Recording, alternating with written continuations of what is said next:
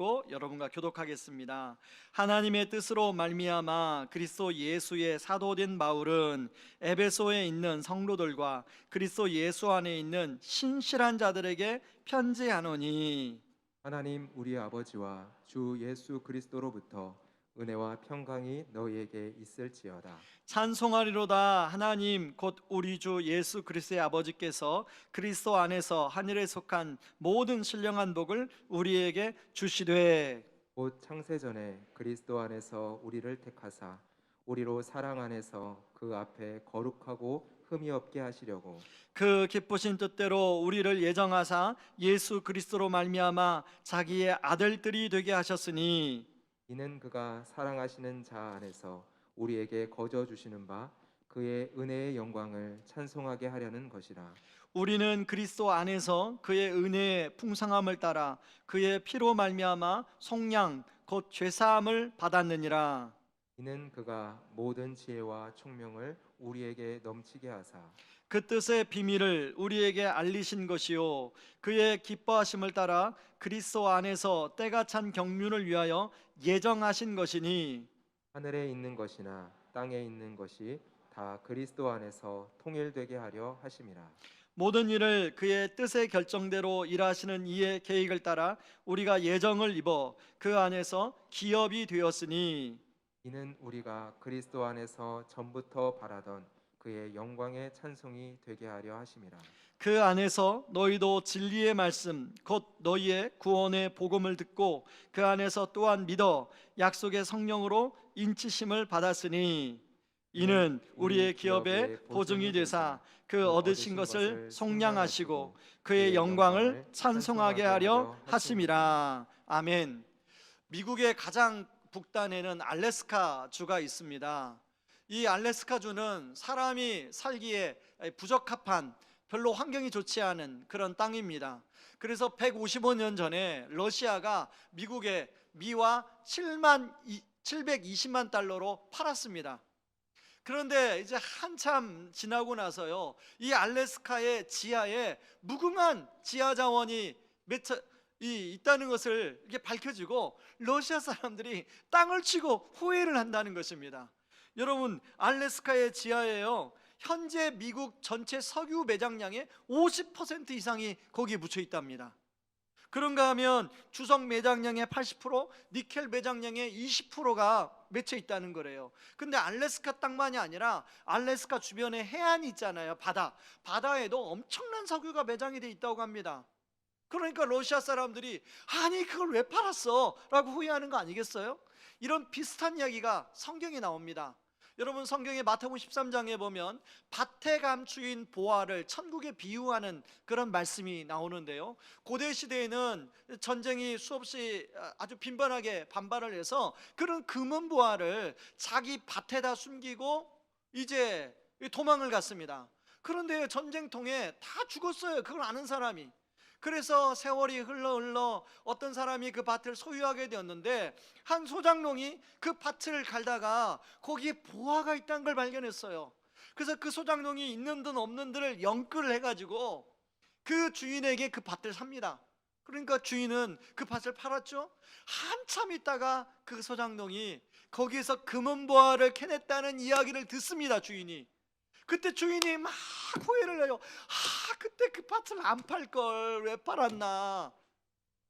여러분, 제가 왜 이 말씀을 드리냐면, 이제 새해가 되면 우리가 새해 복 많이 받으세요 라고 인사하는데, 거기에는 새해 하는 일이 잘 되시기 바랍니다, 새해 건강하시기 바랍니다, 새해 자녀들의 진로의 문들이 잘 열리기 바랍니다, 여러 가지 우리의 마음을 담아, 덕담을 담아 그렇게 인사를 합니다.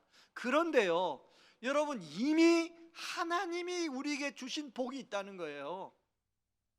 여러분, 저는 올 새해 여러분들의 어떤 개인의 그런 일들이 또 많은 열매를 맺기를 원하지만, 더 중요한 하나님이 이미 우리에게 주신 복, 그걸 우리가 누리지 못하면 여러분 진짜 우리가 나중에 후회할 수도 있다고 생각합니다. 저는 올 한 해 하나님이 이미 우리에게 주신 놀라운 복을 여러분이 더 깊고 풍성히 누리는 그런 한 해가 되기를 주님의 이름으로 축원합니다. 여러분, 오늘 사도 바울은 바로 에베소를 쓰면서 그것을 그 에베소 성도들에게 알려주고 싶어가지고 이 에베소서를 쓰고 있는데요, 3절은 이렇게 시작합니다. 찬송하리로다.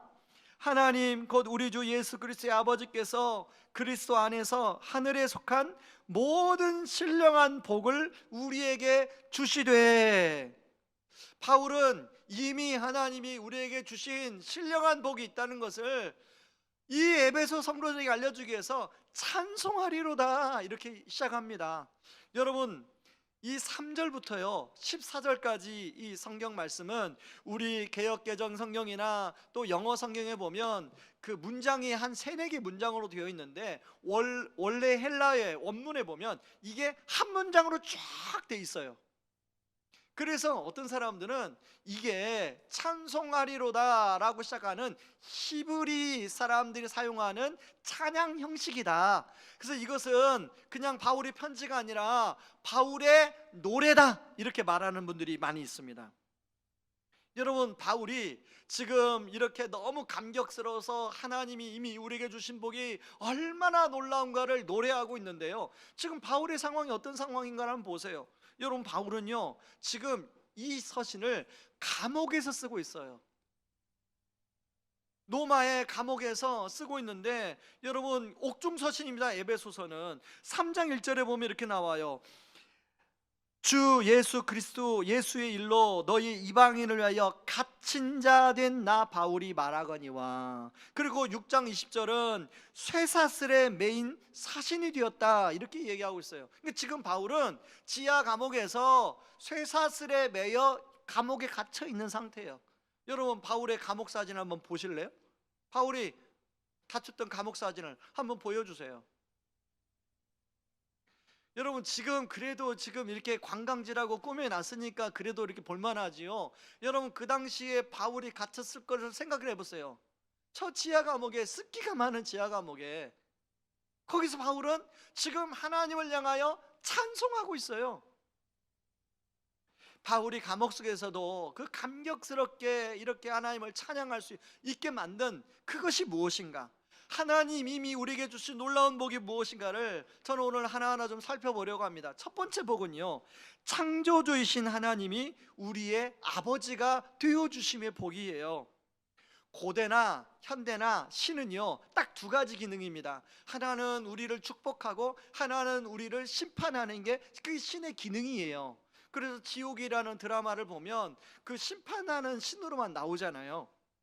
그 당시에도 아르테미스라는 신전이 에베소에 꽉 크게 자리 잡고 있었는데, 그 아르테미스 신전도 딱 2가지 기능만 했어요. 그런데 바울이 지금 그 하나님을 뭐라고 표현하냐면 우리의 아버지다 이렇게 표현하고 있어요. 2절에 보면 바울이 하나님이 우리의 아버지다, 그리고 3절에 보면 우리 주 예수 그리스도의 아버지가 하나님이다 이렇게 이야기하는데, 주 예수 그리스도의 아버지가 하나님이라는 것은 그럴 수 있다라고 하는데, 그분이 우리의 아버지다, 이것은 그 당시의 신관으로는 이해할 수 없는 거예요. 여러분, 우리는 하도 하나님이 아버지다 아버지다 뭐 들어가지고 너무나 그게 익숙하지만, 여러분 하나님이 우리의 아버지다, 그것은 이건 정말로 놀라운 이야기입니다. 5절에 보면 자기의 아들들이 되게 하셨다라는 표현이 나오는데, 이것은 헤오테시아라는 말로 입양할 때 양자로 삼다 하란 말이에요. 그 당시에는 로마의 귀족들이 아들들이 전쟁에 나가면 항상 출정을 했습니다. 그래서 전쟁터 가운데 많은 귀족의 아들들이 죽었어요. 그러니까 귀족이 아들이 죽고 나니까 누군가는 상속을 해야 되는데, 그래서 노예시장에 가서 바로 그 똑똑하고 좀 스마트하게 보이는 그런 사람을 자기의 아들로 입양을 했어요. 이제 그 전까지 이 사람은, 이 A라는 사람을 입양했다면 이 A라는 사람은 평생 노예로 살지, 어떻게 살지, 그러다가 죽을지 몰라요. 그런데 이제 그 귀족의 아들로 입양하는 순간 그 노예에게는 새로운 삶이 펼쳐지는 거예요. 여러분, 제가 예전에도 말씀드렸잖아요. 저랑 아주 제가 이제 유일하게 자전거를 타고 있는데요, 저에게 자전거 스승인 친구 목사님이 있습니다. 그 목사님은 제가 참, 왜 친구가 뭐 다른 것도 참 인품 들고 다 좋은데 그분을 보면 늘 존경스러운 게 있어요. 저만 만나면 자기가 입양한 쌍둥이 아들이 있습니다. 지금 고등학교 2학년인데요. 그 아들을 얼마나 자랑하고 사랑하고 막 자랑하는지 막 부러울 때가 많아요. 본인이 낳은 딸이 있고 아들이 있습니다. 근데 그냥 그 두 아이를 입양을 한 게, 여러분, 쌍둥이 남자아이를 입양한 이유가 있어요. 혼자 입양하면 이 아이가 외로우니까 같은 쌍둥이를 입양하자 하고 입양했는데요, 얘들이 뭐 얼마나 그 아빠 엄마의 사랑을 받고 잘 자라는지 몰라요. 그런 것처럼 여러분, 바로 우리가 귀족의 아들 정도가 아니라 하나님 아버지의 아들로, 하나님 아버지의 딸로 입양이 됐다는 거예요. 여러분, 옆에 있는 사람에게 한번 이렇게 한번 축복해 주세요. 당신은 신의 아들입니다. 당신은 신의 딸입니다. 예. 여러분, 우리는 신의 아들이고 신의 딸이에요. 근데 이것이 우리의 노력으로 이루어진 게 아니라는 것입니다. 에베소 1장 5절에 보니까 하나님은 하나님의 기뻐하시는 뜻을 따라 예수 그리스도를 통하여 우리를 하나님의 자녀로 삼으시기로 예정하신 것입니다. 그 당시에 귀족은 똑똑한 양아들로 그 입양할 때는 뭐 얼마나 기준이 엄격했습니까? 똑똑하고 스마트하고 건강하고 뭐 빠릿빠릿하고 그런 사람을 입양했겠죠. 근데 하나님은 그런 기준이 없으세요. 하나님은 그런 인간적인 기준이 아니라 하나님이 창세 전부터 우리를 택하셨어요. 우리가 태어나기 전부터 하나님이 우리를 택하시고 예정하셨어요. 우리의 노력과 의지와 상관없이 하나님은 우리를 양아들로 양딸로 삼으셨다는 거예요. 저는 성년이 된 이후에 한 가지 진짜 부러운 게 있었습니다. 제가 대학생 때 이제 친구랑 함께 버스 가장 뒷자리에 앉아가지고 가는데 그 친구가 그러는 거예요. 그때 여름방학이 아마 이제 임박했을 때입니다. 자기는 방학에 가서 아버지랑 자기의 인생의 플랜을 놓고 이제 이야기하고 아버지한테 지원을 해달라고 요청을 할 거라는 거예요. 저는 그 말이 너무나 생소하게 들렸습니다. 왜냐하면 그 당시에 저는 저 혼자서 모든 것을 해결해야 되는 그런 상황이었기 때문에, 이제 방학만 되면 저는 다음 학기 등록금을 어떻게 마련하지, 다음 학기 등록금을 마련하기 위해서 아르바이트는 뭘 해야지, 이 생각으로 온통 가득 차 있던 시대이기 때문에 아버지한테 자기 인생의 계획을 이야기하고 아버지께 지원을 받고 하는 게 막 너무 생소하게 들리는 거예요. 그러고 이제 그런 아버지가 나도 있었으면 좋겠다, 뭐 그렇게 늘 마음속에 있었는데요. 제가 98년도입니다. 98년도 이제 결혼하고 우리 큰아이를 낳고 이제 하도 아버지 노릇 하니까 집사람이 갑자기 봉투 하나 주면서 아버지 학교를 좀 가라고, 아버지 학교 가서 아버지가 뭐 하는 걸 좀 가서 배우라고. 그래서 저 두란노에 있는 온누리 교회에서 하는 아버지 학교를 참석을 했습니다. 토요일 날 오후 5시부터 밤 11시까지 그 하는데요, 한 4주 정도 지났을까요? 그 4주 정도 지났을 때 그 성령님이 갑자기 저한테 찾아와서 말씀하시는 거예요. 내가 너의 진짜 좋은 아버지가 되어줄게. 너의 앞으로 네가 부러워하는 그런 아버지보다 훨씬 좋은 아버지가 되어줄게. 걱정하지 마라. 그때 저는 너무나 감사했어요. 근데 그 이후로 하나님이 저의 인생에 진짜 좋은 아버지가 되어주셨거든요. 저는 바라는 기도 제목이, 첫 번째 기도 제목이요, 우리 집에 있는 새 아이, 저는 좋은 아버지가 되려고 애를 씁니다. 그런데요, 그걸 떠나서 우리 집에 있는 새 아이가 바로 저처럼 하나님 아버지를 인격적으로 만나는 그런 은혜, 그래서 그런 아버지 되심을 누리는 그런 은혜가 있으면 정말로 좋겠다는 생각이 들어요. 그리고 두 번째 기도 제목이 있다면, 우리 성도님들이 올 한 해 그런 하나님의 아버지 되심을, 우리 성도님들의 자녀들이 그런 하나님의 아버지 되심을 풍성히 누리는 한 해가 되기를 주님의 이름으로 축원합니다. 그런가 하면요, 두 번째 축복이 있는데요, 바로 성자 예수님의 구속하심과 풍성한 삶의 축복이라는 것입니다. 여러분, 이런 하나님의 아버지 되심을 누릴 수 있었던 것은 바로 예수님 때문에 가능했어요. 그래서 오늘 성경에 보면 예수 그리스도 안에서 예수 그리스도로 말미암아라는 단어가 오늘 에베소서에 보면 40번 이상이 나와요. 오늘 본문 안에도 12번이나 나옵니다. 대표적인 말씀이 4절이에요. 여러분 4절 말씀을 여러분의 목소리로 한번 읽어보도록 하겠습니다. 4절 읽습니다. 하나님은 세상이 창조되기 전에 그리스도 안에서 우리를 선택하셔서 사랑 가운데 그 앞에 거룩하고 흠이 없게 하셨습니다. 자, 그리스도 안에서. 그런데 그러면 구체적으로 어떤 방법으로 그렇게 하셨나? 그걸요 7절에 보면 나와요. 그리스도 안에서 우리는 하나님의 은혜의 풍성함을 따라 그분의 피로 구속 곧 죄사함을 받았습니다. 이게 세번역 성경으로 제가 인용했는데요, 우리가 가지고 있는 개역 개정에는 이 구속이라는 단어를 속량이라는 단어로 표현하고 있습니다. 여러분, 이 속량이라는 단어는 노예가 이제 노예를 양 아들로 받아들일 때 노예의 값을 다 지불을 해야 되잖아요. 그 값을 다 지불하는 과정을 속량이라고 불렀다고 그래요. 마찬가지로 하나님이 우리를 양아들로 양딸로 삼는 과정 속에서, 입양하는 과정 속에서 우리의 죄값을 다 지불하는 것을 누가 하셨냐면 예수 그리스도께서 하셨다는 거예요. 여러분, 우리는 아무리 선하게 열심히 충성스럽게 살지라도 우리의 죄값을 다 지불을 할 수 없습니다. 근데 많은 사람이 착각하는 게 뭐냐면요, 내가 이만큼 성실하게 살았기 때문에, 내가 이만큼 열심히 살았기 때문에, 내가 이만큼 뭔가 정말로 하나님께 많이 드렸기 때문에 내가 의로워졌다라고 생각해요. 여러분, 그것은 100% 착각입니다. 여러분, 그거 가지고 의로워질 수 있는 게 아니에요. 그래서 다른 죄가 좀 상쇄된다고 생각해요. 절대 그러지 않습니다. 오직 예수 그리스도께서 우리를 속량해 주심으로 우리의 모든 죄가 사해진 거지, 우리의 의로움이나 우리의 선함이나 우리의 착함으로 우리가 헌금을 많이 드렸다고 해서 절대 그런 거 아닙니다. 우리 대신에 예수님이 하나님의 형벌을, 우리가 받을 형벌을, 저와 여러분이 받을 형벌을 하나님이 다 받으셨어요.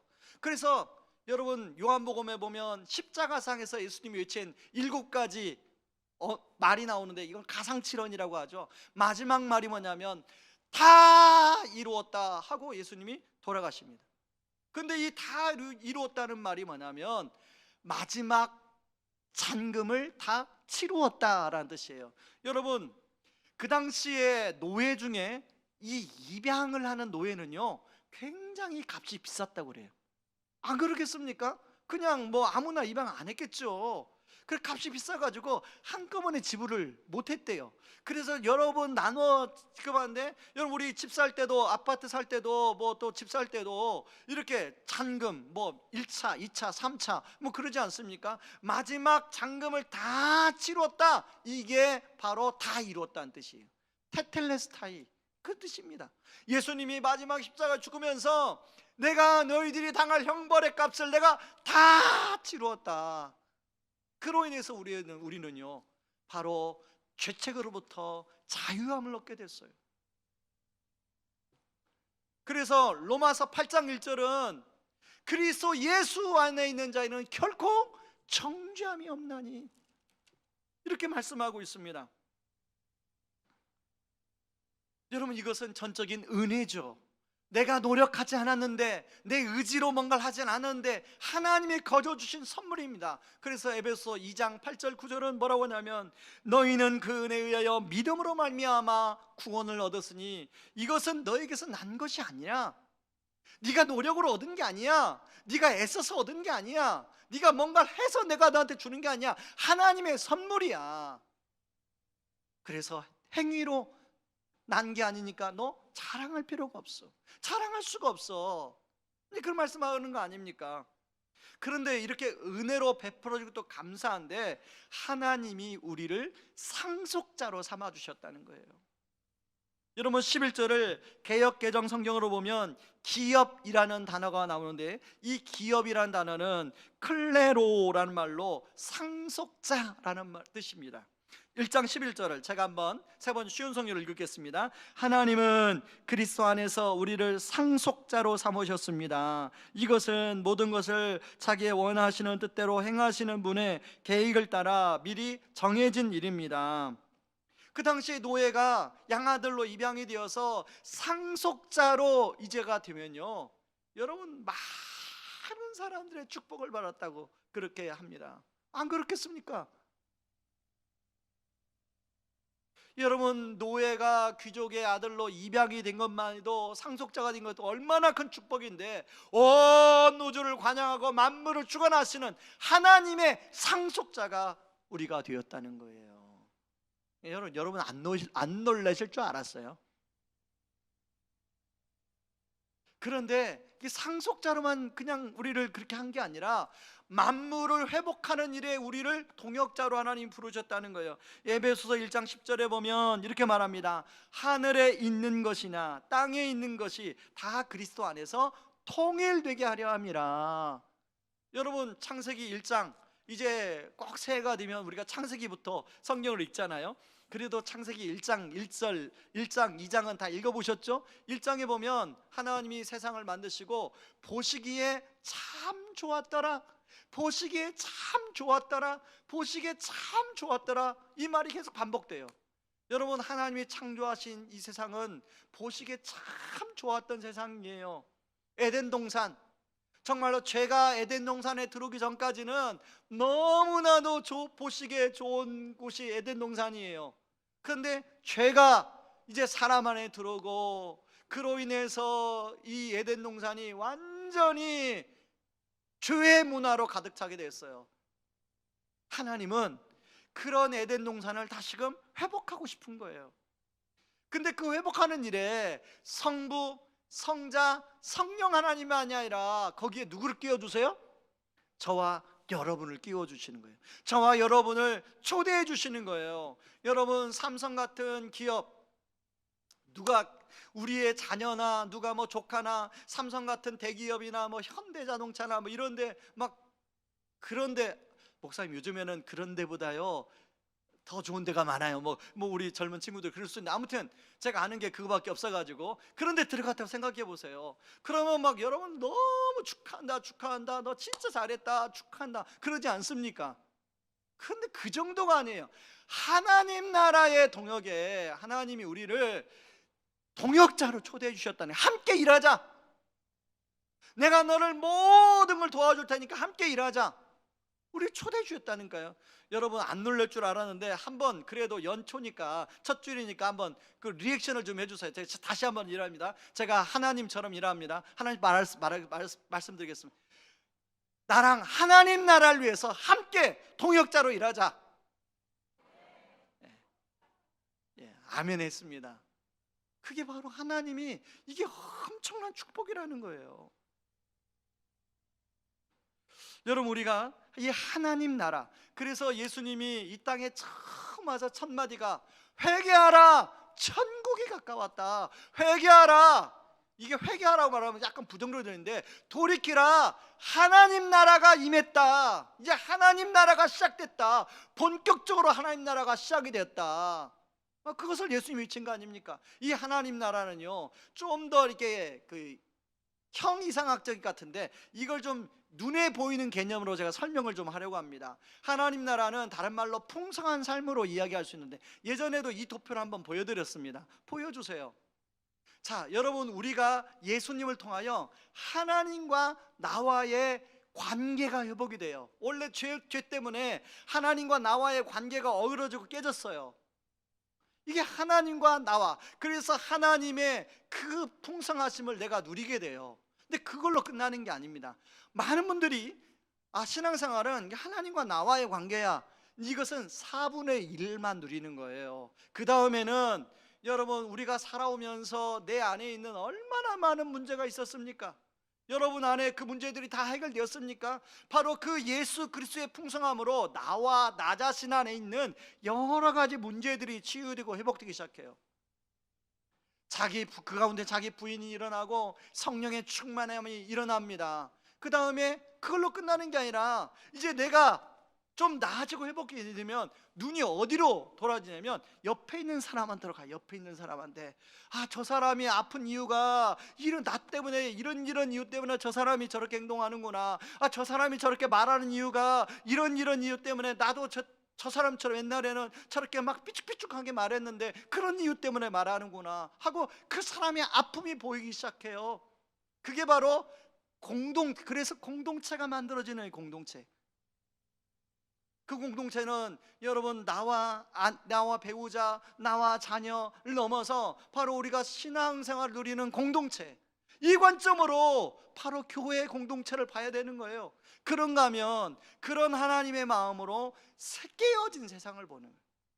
여러분, 우리가 매번 이 나라가 이대로는 안 된다, 정치는 왜 그러냐, 정치하는 사람들은 왜 그러냐 막 비판만 하는데, 하나님의 눈으로 그런 세상을 경영하고 그런 하나님의 눈으로 이 나라 이 민족을 위해서 기도해주고, 그렇다고 해서 좌우로 치우치시는 것이 아니라, 여러분, 저는 여러분의 직장생활, 여러분의 비즈니스 현장을 바로 이런 하나님의 마음으로 깨어진 세상을 회복시키는 마음으로 여러분이 감당할 때 바로 거기에 하나님 나라가 이루어지는 거예요. 제가 늘 제 동생에 대한 이야기를 가끔씩 하지 않습니까? 제 동생은요, 여러분 잘 모르는 분이 있을지 몰라서 이복 동생입니다. 저보다 5살 아래예요. 근데 이제 교회 개척하는 해에 예수님을 인격적으로 만나고 신앙생활을 하게 되면서 이제 이번에 그 교회 안수 집사가 됐습니다. 작년에. 제가 어제 이제 새해에 가서 동생이랑 이게 통화하는데 그러는 거예요. 제 동생은 이제 고등학교를 제대로 졸업 못 해가지고 자동차 도색하는 일을 그 학원에 가서 배워서 그 일을 지금도 하고 있어요. 그런데 형, 참 희한해요. 저는 제가 하는 일에서 이제 거기도 참 경기가 어려우니까 다 참 어렵대요. 그런데 한 사람 한 사람 오는 고객들을 최선을 다해서 그 일을 해주니까 형, 참 희한하죠. 그분들이 가서요 자꾸 일을 물어다 줘요. 그분들이 가서 자꾸 소문내주고요. 그분들이 가서 그래서 제 동생은요, 그 직장에 근무하는데 자꾸 개인적으로 해달라는, 그 일을 개인적으로. 그래서 자기 사장님하고 얘기를 해서 그 과외 시간은 개인적으로 가서 출장 가서 그런 일을 할 수 있도록 그렇게 허락을 받았다는 거예요. 그렇게 계약을 맺었다는 거예요. 그래서 형, 참 하나님이 일하신 게 너무 신기해요. 저는 여러분은 올 한 해 여러분들이 여러분의 현재 있는 곳에서 그 하나님의 마음으로 여러분의 맡겨진 그 영역에서 그렇게 세상을 경영하는, 그래서 하나님의 풍성하심을 경험하는 그런 은혜가 있기를 주님의 이름으로 축원합니다. 이제 그런가 하면 세 번째 축복이 뭐냐면 성령께서 이것을 보증해 주신대요. 여러분 13절에 보면 이렇게 나옵니다. 그 안에서 너희도 진리의 말씀, 그 너희의 구원의 복음을 듣고 그 안에서 또한 믿어 약속의 성령으로 인치심을 받았으니, 이 인쳤다는 거 뭐냐면 그 당시 이제 그 말이나 소나 그리고 노예를 사게 되면 이건 내 거라고 하는 불도장을 찍는데, 불도장. 마찬가지로 하나님이 우리를 아들 삼고 딸 삼아서 우리에게 성령으로 불도장을 찍어주는 거예요. 너는 나의 아들이다, 너는 나의 딸이다. 근데 여러분, 우리가 살다가 보면 사단이 얼마나 많이 참소합니까? 사단이 얼마나 많은 공격을 해요. 네가 그러고, 하나님이 그러고도 너를 사랑하냐? 하나님은 너를 버렸어. 하나님 너 하는 일 봐봐, 안 되잖아. 하나님이 너랑 함께하지 않는 거야. 그 쟤는 사랑하지만 너는 사랑하지 않아. 막 이런 참소가 끊임없이 몰려와요. 저한테는 안 올까요? 여러분, 목회하다 보면 가장 많은 영적인 공격을 받는 게 담임 목사예요. 저뿐만 아니라 한국교회 모든 담임 목사가 그럴 거예요. 끊임없는 공격이 있어요. 그때마다 우리가 뭘 확인해야 돼요? 하나님께서 저에게 찍어주신 성령의 불도장, 이걸 확인해야 되네. 그리고 사단아 저리 가라, 사단아 물러가라, 이렇게 외치셔야 되는 거예요. 그런데 이렇게 불도장만 찍어준 것이 아니라 여러분, 하나님 주신 기업의 보증으로 성령님이 해주셨다는 거예요. 여러분, 에베소서 1장 14절 말씀에 보면 이렇게 나와요. 이는 우리의 기업의 보증이 되사 그 얻으신 것을 속량하시고 그의 영광을 찬송하게 하려 하심이라. 우리가 하나님의 상속자가 됐다는 것이 그런 일들이 생길 때마다 뭐야? 말만 상속자야? 뭐 지금 내 삶이 이런 모양인데 뭘 말만 상속자야? 진짜 하늘나라가 있을까? 진짜 천국이 있을까? 진짜 영원한 생명이 있을까? 이런 의심이 들 때 있습니까? 없습니까? 솔직히 얘기해 보자고요. 여러분에게 물어보세요. 그런 의심이 들어올 때가 작년에 있으셨습니까? 없으셨습니까? 있었지요. 그럴 때마다 성령께서 보증해 주세요. 보증. 제가 결혼할 때만 해도 보증을 해줘야 대출을 해줬어요. 얼마 뭐 꼭 결혼할 때 아니죠. 얼마 전까지만 해도 그랬죠. 보증을 해줘야 대출을 해줘요. 지금도 뭔가 담보물이 확실해야만이 대출을 해주잖아요.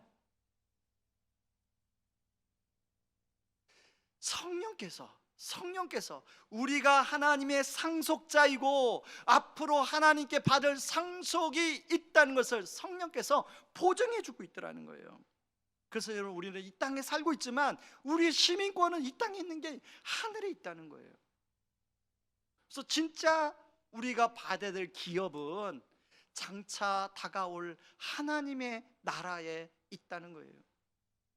비록 이 땅에서 굴곡 많은 인생, 이 땅에서 내가 원하는 것이 뜻대로 안 되는 인생, 여러분 히브리서 12장에 나와 있는 하나님의 약속을 받았지만 실제로 삶 속에서 그 약속으로 받지 못하는 인생, 그렇게 해서 순교당하고 없어지는 사람들이 있다고 말씀드리지 않았어요?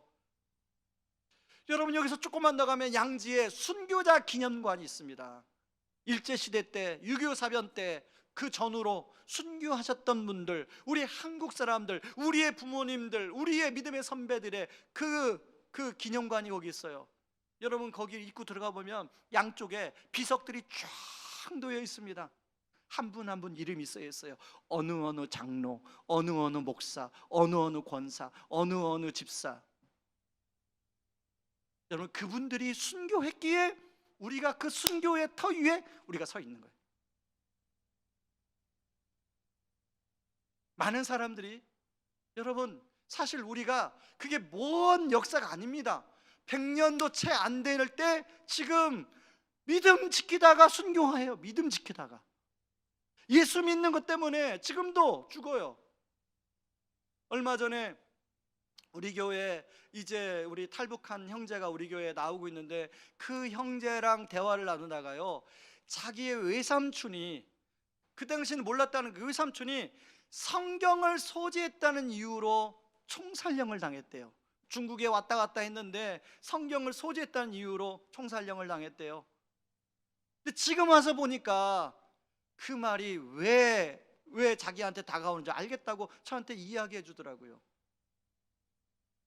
여러분, 우리가 참 착각할 때 이 땅이 전부인 것처럼 우리가 순간순간 착각할 때가 많아요.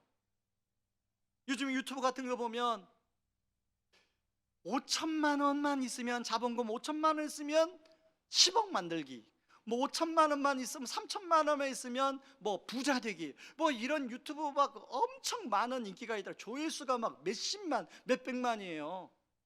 그래서 한 번은 저희 애들하고 이야기하는데, 애들 중에 한 명하고 얘기하는데, 자기는 소명 기도 제목이 하나 있대요. 뭔데? 자기는 20대 중반이 되기 전까지 5천만 원을 모으는 게 자기의 인생 1차 목표래요. 왜? 그랬더니 5천만 원만 모으면 일단 자본금이 있어야 그걸 불려가지고 뭘 하겠다는 거예요. 그래가지고 어떻게 5천만 원을 만들 건데 그랬더니 다 계획이 있더라고요. 요즘 젊은이들이 그런가 봐요. 저는 목사이다 보니까 장례식을 여러분보다, 어떤 분보다 많이 갔을 거예요. 그리고 앞으로도 많이 갈 거라고 생각합니다. 근데 그때마다, 장례 때마다 느끼는 게 뭐냐면, 나도 언젠가는 여기에 올 수 있겠구나. 지금은 장례 예배를 드리러 오지만 내가 이 장례식의 주인공으로 올 수 있겠구나, 이 생각이 불현듯 들어요. 저는 한 달에 한 번씩 삼성의료원에 가서 형님 약을 타다 드립니다.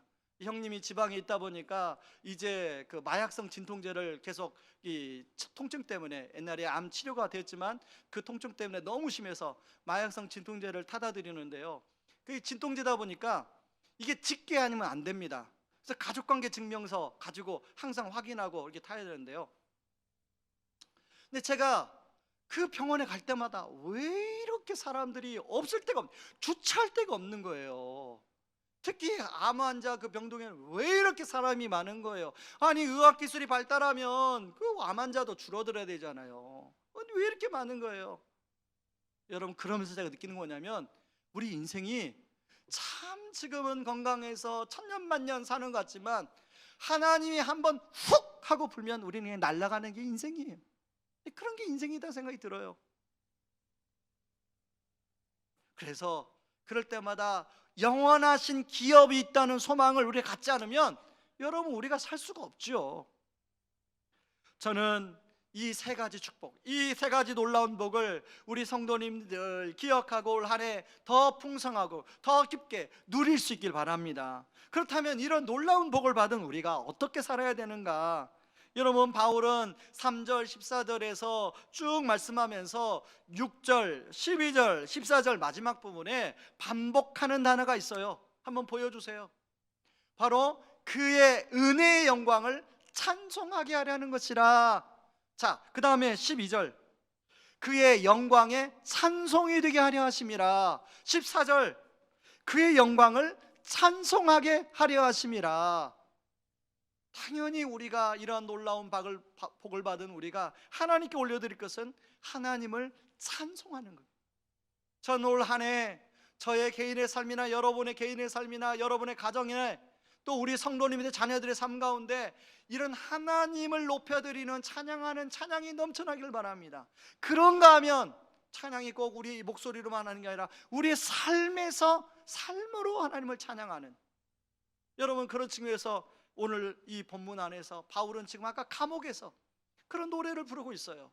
근데 1절 2절의 인사말에 보면 너희들에게 그리스도 예수로 말미암아 은혜와 평강이 있을지라다라고 이야기합니다.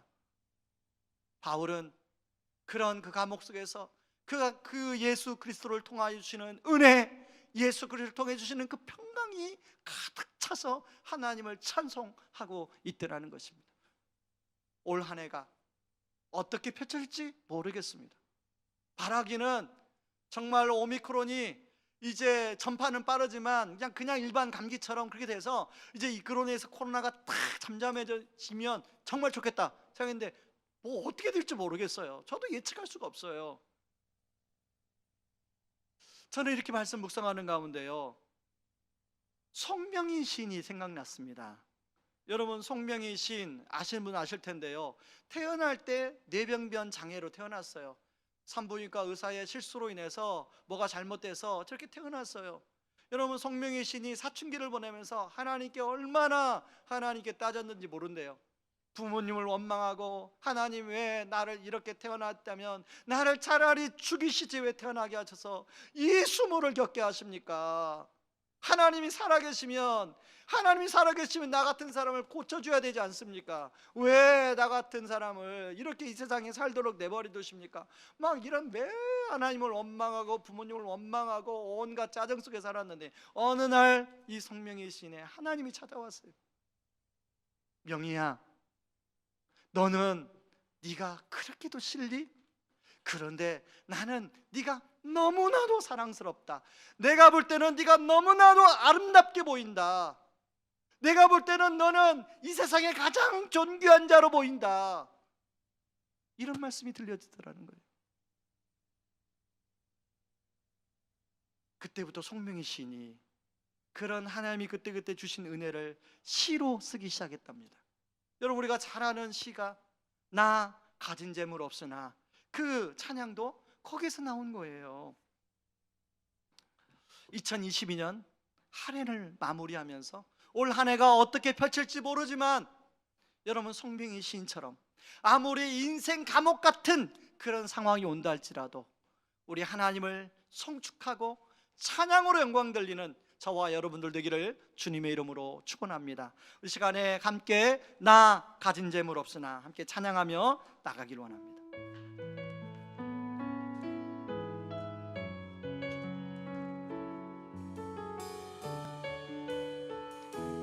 나 가진 재물 없으나 가진 재물 없으나 나 남이 가진 지식 없으나 나 남이 가진 지식 없으나 나 남에게 있는 건강 있지 않으나 남에게 있는 건강 있지 않으나 나 남이 없는 것 있으니 남이 없는 것 있으니 나 남이 받지 못한 사랑받았고 못본 것을 보았고 나 남이 듣지 못한 음성 나 들었고 남이 듣지 못한 음성 들었고 나 남이 받지 못한 사랑받았고 남이 받지 못한 사랑받았고 나 남이 모르는 것 깨달았네. 남이 모르는 것 깨달았네. 공평하신 하나님이 나 남이 없는 것 나 없지만 남이 가진 건 나 없지만 공평하신 하나님이 공평하신 하나님이 나 남이 없는 것 갖게 하셨네. 남이 없는 것 갖게 한 번 더 찬양합니다. 나 가진 재물 없으나